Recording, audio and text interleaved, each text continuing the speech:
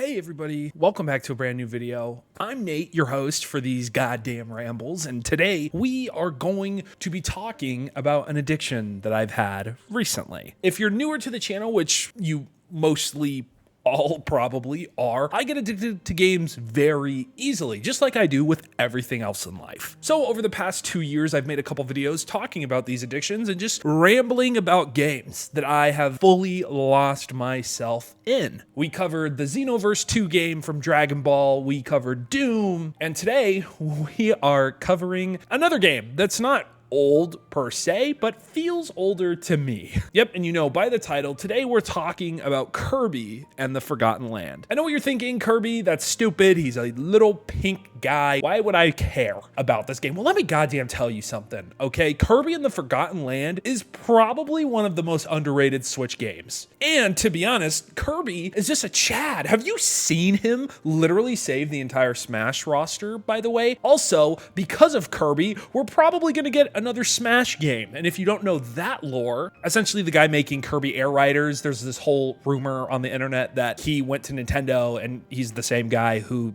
made Smash forever. And he basically said, hey, I'll make another Smash games as long as I can make Kirby Air Riders. Anyway, that is not the point of this video. Today we're talking about how I've been extremely addicted to Kirby and the Forgotten Land. So with the release of the Switch 2, a lot of games are getting updates. And some of the updates are different than others because some of them are free and they don't include any content. And some of them, like Kirby and the Forgotten Land, do. Kirby and the Forgotten Land, how many times am I going to say this fucking game title in this video? The Nintendo Switch 2 edition of this game is coming with Star-Crossed Worlds, which is set to release on August 28th of this year. It contains the full original Switch game, but with the faster frame rate and higher resolution that we've come to expect from these updates. But it's also going to come with a whole new story that has not been released, so it's kind of like DLC, and it's going to run you $79.99 for most places. Now, I know what you're thinking. Okay, it's another $80 video game, and I don't like that, especially if you already own Kirby and the Forgotten Land. I feel like you should just get this update at least for free and then pay for the DLC and not have it kind of tied together. But that's not the point of this video. If you haven't played the original version of Kirby and the Forgotten Land, there is a lot to do in this game, hence why I've been addicted to it. The update pack is going to be available separately, and I think it's going to be $19.99, which, ooh, yikes. But this is really one of the first big adventures that I feel like Kirby has had in a long time. And personally, I've always felt like Kirby has been an underrated Nintendo mascot. I know Mario and Link are kind of the big ones, and Pikachu's in there a little bit too. I really think that Kirby deserves so much more spotlight than he gets. This game is so much fun. It mixes a lot of really awesome ability-based combat with some really cool and unique platforming, and it really encourages you to hunt down for secrets in this game. There's a lot of different collectibles. You have like almost these little amiibos that you can collect in the game. Obviously, you have to try to find all and save all of the Waddle Dees that have been unjusticefully,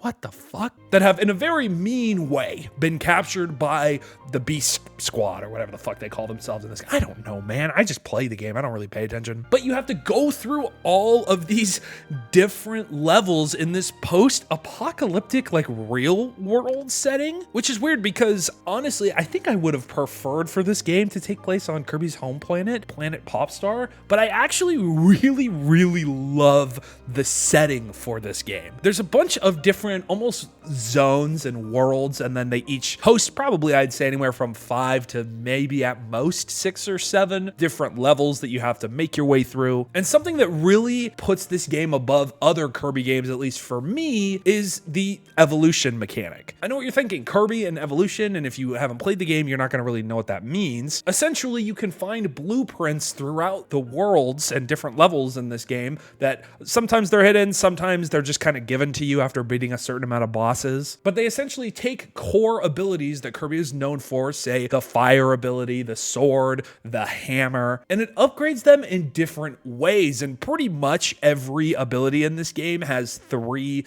evolutions, at least at this point, and from what I've been able to find. And some of these evolutions are really cool, like the sword. Once you get it to its 3rd level, you actually look like the boss. You're in the outfit of the boss that you've fought multiple times throughout throughout this game already that has the sword, if that makes sense. And some of these outfits and just the designs of the abilities are super cool. Like with the fire, my brain just like, did you guys hear that? My brain literally just stopped working mid-sentence. I think the fire ability evolution line is probably my favorite because you go from just like the typical Kirby with his head on fire to then like Kirby is a volcano and shoots like magma rocks. And then you just become a fucking dragon Kirby, which is pretty much like Meta Knight when you fly, but it's so cool. I really like it. And I'm a sucker for platformers. I've said it on this channel before. I absolutely love good platforming. And there are definitely times where this game feels really easy and the platforming could have really done a lot more, especially with the other really big aspect of this game,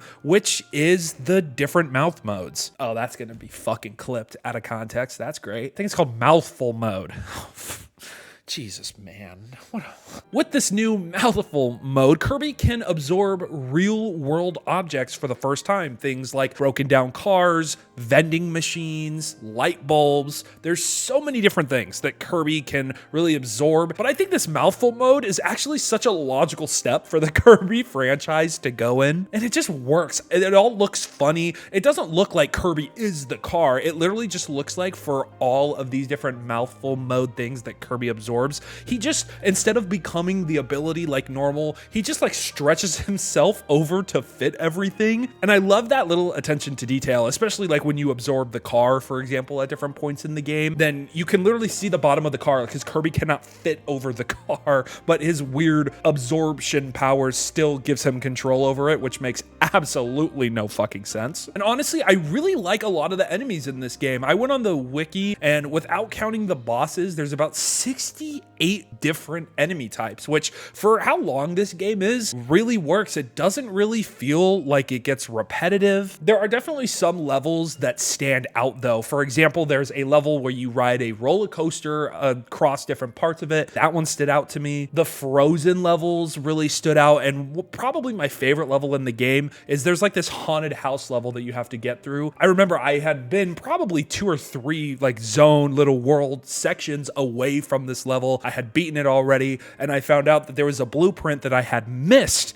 in that level, so I went back and it took me forever to find it, but I did. And I like that. With this game, every time you complete the level, you save the Waddle Dees that are captured, and then it kind of gives you a breakdown of, oh, you found this many of the hidden ones. There's usually 4 or 5, but then each level has different objectives, like maybe beat this level with certain ability or beat this certain boss in the level with the mouthful mode mechanic, and different things like that that really give each level different replay values, especially if you're someone who loves just like a collectathon grind. This game is really good for that. There's a lot of different collectibles. Not to mention too, with the main kind of hub of this game, the Waddle Dee town, there's so much for you to do there. Eventually, when you start saving all these Waddle Dees, your town continues to expand. Eventually, you get like some dude who bakes. He's like the baking Waddle Dee, and then you get like the fishing Waddle Dee. I feel bad for these guys because they all look the fucking same and you really can't tell them apart. But there's like a fishing mini game, and then there's like this Coliseum mode that Meta Knight's in, which is so badass. And then, like I said, there's like this theater mode, and then even the attention to detail when you go into Kirby's house in this town,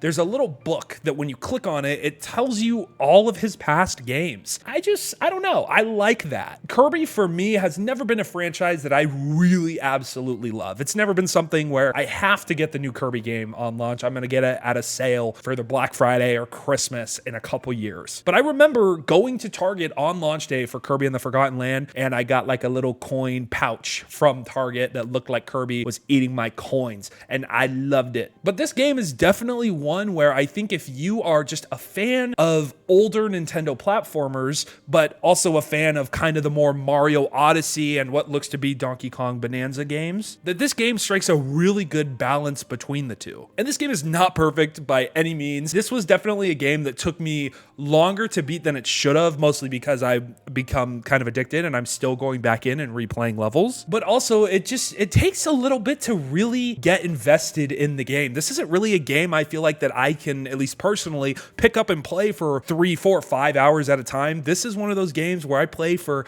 maybe an hour, maybe an hour and a half, and then I switch to something else and go back on my computer. This is definitely a game that I would play like while this video is rendering for for example, each level takes at the start of the game like not even 10 minutes, and then as you get near the end, you're probably looking at about 20 minutes per level, just depending on if you're looking for everything, if you're trying to find all of the secrets. That's the other thing too with this game. There was a time in the game where it was probably about halfway through where I felt like the game was going to wrap up, and then it kind of shifted a little bit, and I was like, oh, that's interesting. And when it shifted, the levels got larger and the enemies changed, and it was pretty cool. And then when you get to kind of the final boss section of the game, it is like a mini gauntlet, and I'm not going to spoil it, but Kirby pretty much fights a deity in this game and just wipes the fucking floor with them. So Kirby, for me, he's a GOAT. Like, I'm not messing with the fucking pink dude. Like, everybody should have known after that one Smash intro cinematic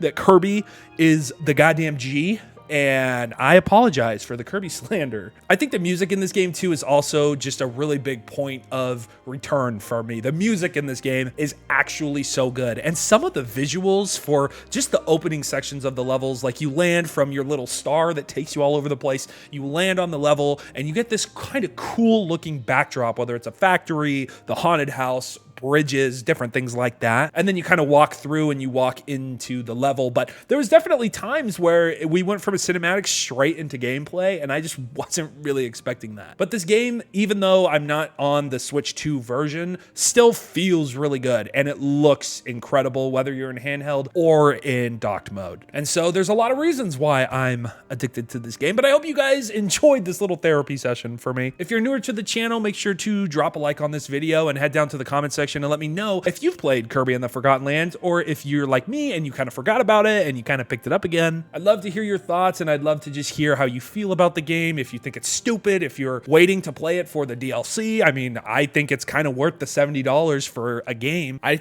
don't think I paid 70 though for it. I think I paid 60 on launch. So maybe it's not worth it. Oh, maybe that's why it's 80, because the game is 60 and the DLC is 20? Oh, fucking Nintendo, dude. I swear to God. But yeah, let me know your thoughts in the comments section down below. I'd love to hear it. Thank you guys so much for everything. Thank you for watching this video. All my links will be in the description. This has been Nate, and I will see you guys in the next video. Peace out.